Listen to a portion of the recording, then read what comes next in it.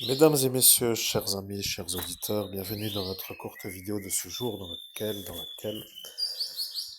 nous allons étudier avec un peu le sens de l'ironie les actes qui sont donc dans ce magazine et je vais lire le premier chapitre, Les 1000 mensonges de son bourreau, puisque après une sorte de guidance, j'arrive dans ceci et je dois dire que je suis un peu surpris. Parce que la guidance me dit que je dois me moquer. Alors, je ne sais pas qu'est-ce que ça va donner, je n'espère pas trop être celui qui est trop mal perçu, mais néanmoins, je dois faire ce que me dit ma guidance parce que c'est comme ça. Allons tout d'abord à Tulle, dans le département numéro 19, c'est à proximité de Bordeaux, au-dessus de Toulouse, en dessous de Périgueux peut-être, allez savoir. Prenez un atlas et visez Tulle, TU2LE. Nous avons ici un avis d'un expert psychiatre, Lucas. L'arrivée serait une espèce de sociopathe. Donc vous voyez l'homme à l'écran qui s'appelle le monsieur cerclé du cercle, qui serait censé être une sorte de sociopathe. Je ne sais pas qu'est-ce qu'il en est de cet article, je commence à lire. Il est 3h35 ce matin-là. Il est 3h35 ce matin-là. Devant la discothèque La Charrette, Justine Vérac n'est pas au meilleur de sa forme. Nez retroussé et robe pastel, la jolie petite brune de 20 ans vomit tripes et boyaux. Elle n'aurait pas dû autant forcer sur la bouteille. Un de ses bons amis est là, qui la soutient. Un autre type également. Un certain Lucas, 24 ans, frisette sombre et belle stature. Lucas n'est pas vraiment un copain, pas un inconnu non plus. À Brive-la-Gaillarde, le monde est petit, surtout celui de la nuit. Justine l'a déjà croisé quelquefois dans les fiestas. Une fois, il se serait même bécoté un peu sur la piste de danse. Mais enfin, rien de sérieux, d'autant que la brunette a un copain. En tout cas, Lucas est là ce soir, près d'elle, alors qu'elle ronce trop plein d'alcool sur le bitume. Et quand d'une voix pâteuse, Justine annonce à ses deux gardes malades qu'elle va s'étendre dans sa voiture, il se précipite pour l'accompagner. L'ami, le vrai, ne sait pas s'il doit les laisser. Mais le grand frisotté se montre aussitôt rassurant. Pas de problème, il gère, il va veiller sur elle, tout ira bien. Malgré son haleine qui empeste le rhum, l'ami se laisse convaincre. Il envoie tout de même un petit texto à la maman de Justine pour la prévenir, puis retourne danser. Monumentale erreur. Car le problème avec Luc à l'arrivée, c'est que le mensonge et la duperie sont chez lui une seconde peau.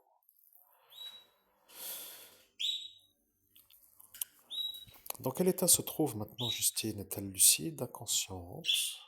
4h01 ce même dimanche, 23 octobre 2022. Lucas et Justine sont tous les deux dans la voiture, mais pas dans la petite saxo de la belle dans sa chignole à lui, qu'il conduit vent du bas dans la nuit noire. Chers amis, j'ai appris deux choses. Je fais une petite pause. J'ai appris que d'avoir le nez retroussé, c'est de faire une genre de gerbage. J'ai appris que une chignole est une bagnole. Je ne sais pas qui écrit. Je vais lire et je vais vous dire que elle ou lui, Sébastien Deveau, est un genre d'homme qui utilise un vocabulaire locatif. Vocabulaire locatif, oui, c'est un vocabulaire locatif. Il ne paie pas le loyer, non, il utilise un vocabulaire locatif.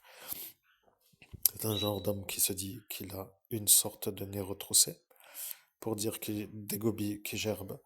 Et il a une chignole à lui pour dire une voiture. Pause. Et à la suite de la lecture. Mais pas dans la petite saxo de la belle. Dans sa chignole à lui qu'il conduit vent du bas dans la nuit noire. C'est une autre expression, vent du bas. Il conduit vent du bas. Je ne sais pas ce que ça veut dire, mais il conduit Bon, je ne sais pas ce que ça veut dire, vent du bas. Allez savoir, demandons un peu, mais pas maintenant. Continuons à lire. Dans quel état se trouve maintenant la jeune femme maman d'un petit garçon de 2 ans qu'elle doit retrouver le lendemain? Est-elle lucide ou inconsciente? Les caméras qui la filment sur la route ne permettent pas de le dire. Bon, disons qu'il faut éviter les mélanges d'alcool quand on fait des soirées, parce que ça devient un peu après le problème pour gerber. C'est sûr que si celle-ci s'est fait avoir avec du whisky, de la vodka, et que le mélange ne passe pas, et qu'après ça tourne, et qu'après ça ne va pas, c'est que ça devient un peu le problème. Bon, bref, pour dire la suite. Enfin, je dis ça, j'en sais rien. Moi, je n'ai pas été voir ce qu'elle a bu, ou peut-être a-t-elle trop bu, ou peut-être elle a envie de décompresser. Des fois, ça peut user aussi un petit enfant en bas âge. On a envie de souffler, hein. Bon, malheureusement, alors, c'est une soirée qui est merdée. Bon, donc ensuite, à 5 heures, l'ami de la boîte ressort sur le parking. Et, ne la trouvant pas, envoie plusieurs SMS à Lucas dont il a enregistré le numéro par précaution. Je suis occupé avec une blonde. Mon celui-ci effrontément, expliquant avoir laissé Justine endormie sur la banquette de sa Citroën. C'est évidemment faux. En réalité, il est déjà arrivé chez lui avec sa proie. Récemment diplômé en gestion d'entreprise agricole, Lucas vit au lieu-dit Eisato, exploitation agricole. A priori, sur la photo, on ne dirait pas du tout qu'il est dans ça. Et on ne sait pas du tout, a priori, s'il a une sorte de don pour faire du mensonge en série. Je tourne la page, mesdames et messieurs. Je suis là, je lis la suite. La commune de Bénard. Il travaille avec ses parents dans la ferme familiale, mais il n'habite plus chez eux. Il a investi une petite dépendance à 200 mètres de leur toit, encombrée d'outils et de meubles, mais rien que pour lui. Très porté sur le sexe, c'est naturellement là, dans cette belle bâtisse de pierre nue, qui ne manque pas non plus de charme, qu'il reçoit ses nombreuses conquêtes. D'habitude, il leur demande leur avis avant de les étendre sur sa couette, mais semble-t-il pas ce soir.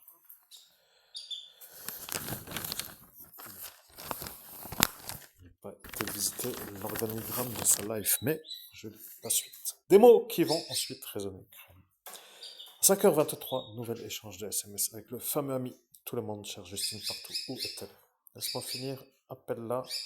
J'en sais rien moi. Ment encore Lucas, puis il ajoute: j'ai autre chose à faire que de penser à ta patte bourrée.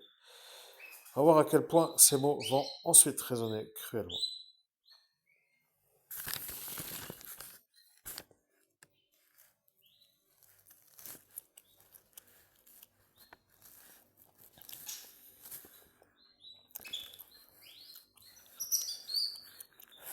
Voilà, maintenant, chers amis auditeurs, vous voyez, moi je suis là à lire. Et vous savez ce qui se passe à cet instant? J'arrive en bas de la page. Et en haut de la page, il y a la demoiselle en question, qui s'appelle Justine Vérac, donc, avec sa veste en jeans et son habit en dessous, je sais pas ce que c'est, un chemisier. Ouais, je sais pas comment définir la chose. Bon, quoi qu'il arrive, elle me parle à cet instant. Vous savez ce qu'elle me dit? Elle me dit, elle ne veut pas que je lise la suite. Vous comprenez là le problème du médium, c'est-à-dire moi, je suis en train de vouloir lire parce qu'on m'a guidé pour lire, et j'arrive sur cette photographie et quand je la regarde dans l'œil, dans les yeux, pour dire dans l'œil, j'entends, elle ne veut pas que moi je lise la suite parce qu'après il vend quelque chose, je ne sais pas ce qu'elle a dit. Ils vont se rendre compte que je suis un homme qui est innocent. Ben ça m'intéresserait alors de continuer à lire. Eh bien, c'est maintenant qu'elle me dit, c'est ça ce que je voulais vous dire. On s'est rencontrés ce soir-là dans le monde parallèle. Mesdames et messieurs, amis de la police, amis de tout ce qui s'appelle le crime, on va dire, parce que j'en ai marre de tout ça. Je sais plus comment faire avec tous ces cadavres. Vous comprenez ce que je dis? Là, je découvre aujourd'hui que Justine Vérac et moi, nous nous sommes rencontrés dans la 5e dimension en date de mon ascension spirituelle le 17-18 mai 2017. Vous comprenez la surprise? L'histoire commence à partir du fait de il faut lire et se moquer. C'est ce que j'ai fait. Je me suis moqué d'une expression, deux expressions, trois expressions, que vous savez être comme celle que j'ai dit, nez retroussé, chignole et conduite avec vent du bas. Après, arrive sur l'autre page, je ne sais pas qu'est-ce qui se passe, d'ailleurs, même moi eu la surprise, je me retrouve à vouloir passer mon regard du bas de la page en haut de la page, et je tombe sur ses yeux. Pourquoi je tombe sur ses yeux? Eh bien, chers amis, je suis un photographe qui est peut-être à cet instant me dire qu'elle pourrait, écoutez, je ne sais pas comment vous dire, je suis arrivé sur ses yeux. Au final, chacun verra comme il veut l'explicatif. Et là, j'entends ce que je viens de vous dire. Elle ne veut pas que je lise la suite. Et je cherche à creuser pourquoi. Et après, elle me dit que mon Dieu, elle me dit qu'ils vont se rendre compte que moi, je suis innocent. Vous vous rendez compte? Et après, elle me dit que je suis l'homme qu'il a rencontré, elle, Justine Vérac, dans ma nuit d'ascension spirituelle dans la ville de Metz, METZ, code postal 57000, en l'année 2017, dans la nuit du mois de mai, qui va du 17 au 18. Et là, moi, comme un débile mental, je me demande qu'est-ce qui va maintenant arriver, sauf que je ne me le demande pas. L'idée vient de me dire que je devrais me demander qu'est-ce qui va arriver. Eh bien, je ne me le demande pas, mais j'ai l'impression que je me demande sans me demander dans mon cerveau. Bon, vous comprenez? Non. Alors, je vais vous expliquer, ça n'a aucun intérêt. Je ne pense pas ce que je viens de dire, mais j'ai comme l'impression que c'est ce qui devrait être pensé à l'instant où je le dis. Est-ce que vous comprenez? Non. Dans ce cas-là, mon cerveau n'a pas émis une pensée. Je ne pense à rien. Mais l'impression que je viens de décrire et que je devrais penser qu'est-ce qu'il va arriver. Et je ne sais pas pour quelle raison je ne pense pas ce qu'il va arriver. Eh bien, peut-être parce que je suis connecté à mon INI. Et quand je suis connecté avec mon INI, ce qui veut dire mon surmoi, je ne suis pas aux commandes de ma cervelle. Et j'en déduis donc que je suis en connexion avec mon surmoi pour une raison que j'imagine être un mystérieux nouveau mystère. Alors là, pour quelle raison, je ne sais pas. Comment cela se fait-il que je suis en INI?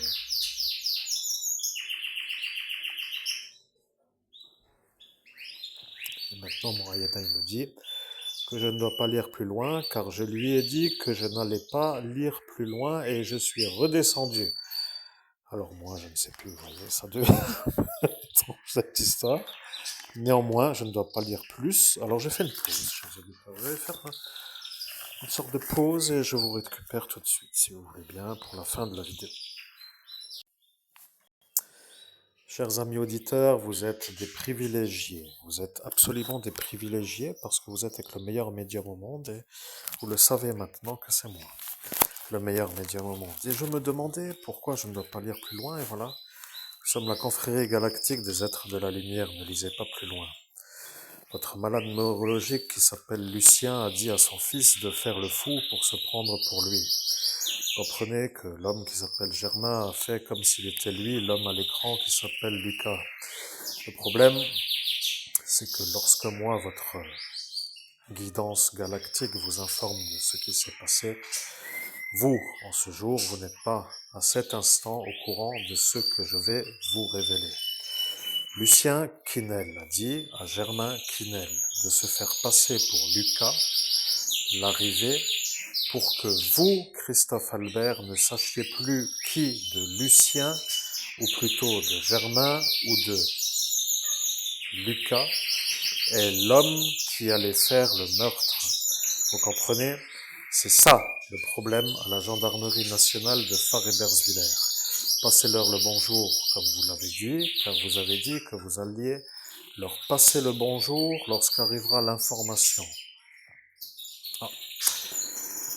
Eh bien, écoutez, chers amis, alors si j'ai dit que je devais vous passer le bonjour, quand arrivera l'information, alors pour une raison qui est un peu longue suite à tout ce que vous savez, les passages, les synchronisations.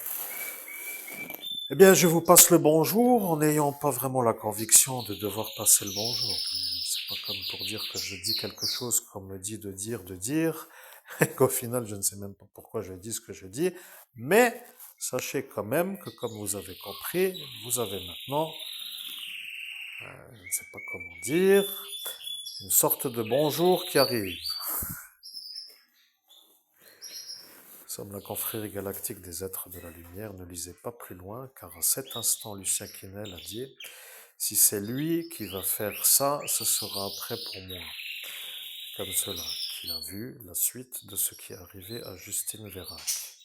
Si vous, amis auditeurs, vous avez des questions sur qui est l'homme que vous entendez, sachez que c'est un médium qui a un tel don de retrouver des cadavres qu'ils se sont mis dans une sorte de vouloir ne plus jamais l'entendre à la manière où la vérité serait à être entendue, en raison de l'impossibilité qu'ils ont, en raison de leur fonction qu'ils occupent, d'arriver à faire ce que l'homme que vous entendez, le médium, fait. Ils se sont d'un seul coup sentis inférieurs et ils ont déclenché une sorte de volonté absolue de ne plus jamais l'entendre. Ce qui veut dire que vous êtes avec un médium qui ne peut pas être entendu par les forces de l'ordre en tant que guidant pour retrouver des Maccabées. Mais, avec la certitude où celui-ci les trouve d'une manière totalement facile, ça devient pour eux comme une sorte d'être ringardisé, puisque lui n'est pas dans la fonction que eux ont. Ainsi a été fait l'absolu acte de malveillance par la manière où ils ont voulu vous détruire. Ils ont dit que ce sont eux, la gendarmerie, qui ne veulent pas de médium et que maintenant ça suffit avec ces histoires et qu'ils ne veulent plus du tout vous entendre et que maintenant ça suffit. Et arrivé à cet instant, ils se sont demandé comment finir pour dire qu'ils n'avaient pas à dire ce qu'ils ont dit. Et après, ils ont dit que comme ils l'ont dit, il faut finir pour que lui, pour dire « moi », l'homme que vous entendez, ne puisse pas s'en souvenir et ils vous ont effacé le souvenir de ce qu'il venait de dire avec l'effaceur de mémoire que tenait en main un autre homme que celui que vous venez de penser et un autre que celui qui vient d'apparaître. Oh oh, chers amis, donc ni Florian Philippot, ni Pierre Lang, donc qui est-ce? Nous sommes la confrérie galactique des êtres de la lumière, c'est Monsieur Laurent, KLEN Shen-TZ, qui leur a donné l'effaceur de mémoire, pour qu'il vous efface la mémoire. Et à cet instant, l'homme KLEN Shen-TZ n'est plus homme de la mairie de Fareberswiller, et il se sent maintenant comme un peu ancien pour se faire condamner d'avoir délibérément donné un outil pour vous effacer la mémoire, et il se dit être lui le témoin de l'effaceur de mémoire qu'a fait le capitaine Fabing sur votre cervelle. Vous voyez, vous êtes avec un tel médium que les criminologistes commencent à se demander pourquoi ne pas le faire travailler en dehors de la formation dans les sections criminologistes. Ce qui veut dire en quelle raison devrait-il ne pas donner de l'aide puisqu'il a un don tel que nous ne serions pas amenés à ne pas l'apprécier. Voilà que nous faisons du jump entre plusieurs sections, ce qui s'appelle entre plusieurs énergies, et nous arrivons à capter les pensées de chacune d'entre elles. Vous voyez, vous avez à cet instant malheureusement été trop hargneux et le réel commence à s'énerver. Parce que il y en a un qui commence à comprendre que nous sommes toujours détruits d'être des aidants, comme si notre aide n'était pas la bienvenue alors qu'elle est utile. Et ce qui semble être à chaque fois une anomalie dans l'esprit de ceux qui attendent de l'aide. Et il ne veut pas le dire, mais il entendra la vidéo. Et lorsqu'il va comprendre que nous sommes nous, et que la cabale a été faite pour nous détruire, il se rendra compte que les malveillants sont tous des fonctionnaires. Et lorsqu'il se rendra compte que ça posera le problème, il se demandera quand est-ce que cela va s'arrêter, puisque si d'aventure nous devons aider sur une porte ascensionnelle, ce sera de nouveau les mêmes arrivants pour faire les ennuis. Eh bien, sachez que nous ne rentrons pas dans ce monde parallèle de notre propre conscience, mais que nous y sommes malgré tout. Ce qui veut dire que, pour ainsi dire, nous avons notre véhicule qui peut être utilisé malgré que nous ne soyons pas aux commandes lorsque nous lui faisons une trajectoire. Maintenant, si mon Ayana il veut se déplacer dans un endroit comme Tulle, il peut, et il sera vu à Tulle. L'ennui, c'est que de son propre voyage, il ne peut pas me ramener d'informations puisque je ne vois pas le monde parallèle en raison de Elsa Vinciguerra qui habite à Tédin. Et si vous avez des questions, si vous avez des doutes, et si vous vous demandez pour quelle raison j'ai fait cette vidéo, sachez que la guidance a été faite pour que cette vidéo arrive avec une certitude absolue, pour que vous compreniez que ce n'était pas à l'homme Laurent Kaeleyen Shen de donner l'effaceur de mémoire au capitaine Fabing, pour que le capitaine Fabing nous efface la mémoire, parce que nous avons, nous, à cet instant, été en tant que témoins d'un futur assassinat sur une enfant, pour dire à cette époque, en 2017, dans une projection du futur, comme à cet instant, en 2022, acte de malveillance fait par un homme qui a été malheureusement vu par Germain Quesnel comme étant à usurper de son identité. Eh bien, sur la décision où ce Lucien a voulu nous faire disjoncter, avec la certitude qu'il y est presque arrivé, et devenant à cet instant le témoin.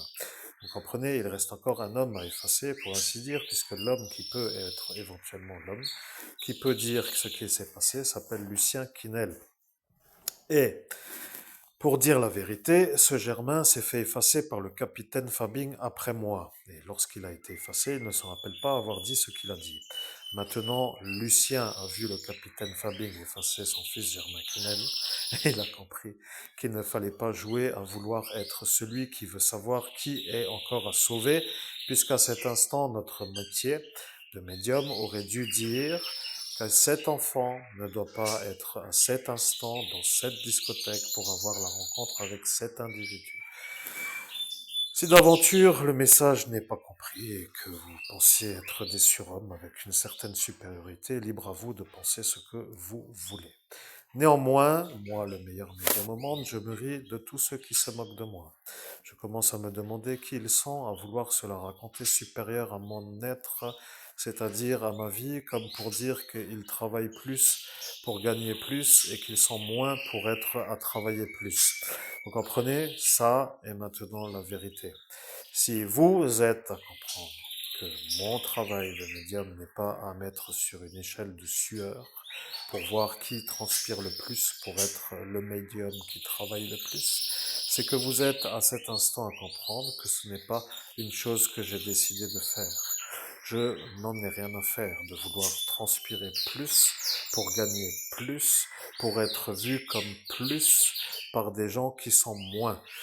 Et au final, chacun pensera ce qu'il veut de ma médiumnité, mais c'était juste pour la petite histoire, pour que vous vous rappeliez que, comme je l'ai dit devant tous ceux qui étaient là, et qui, eux, ont vu le capitaine Fabing m'effacer la mémoire à moi, et qui ont vu le capitaine Fabing effacer la mémoire à Germain Quesnel, et qui ont dit que moi, je n'ai rien dit, et qui se la racontent comme si c'était une vérité absolue, alors que la demoiselle est morte, ils pourront se demander que se serait-il passé s'il ne m'avait pas effacé la mémoire, aurait-elle aussi été sauvée de ce qui lui est arrivé? Et c'est sur ce détail que je vous souhaite une très belle après-midi dans votre trou, pour ainsi dire, de merde, car vous en êtes tous. Si ce n'est pas compris,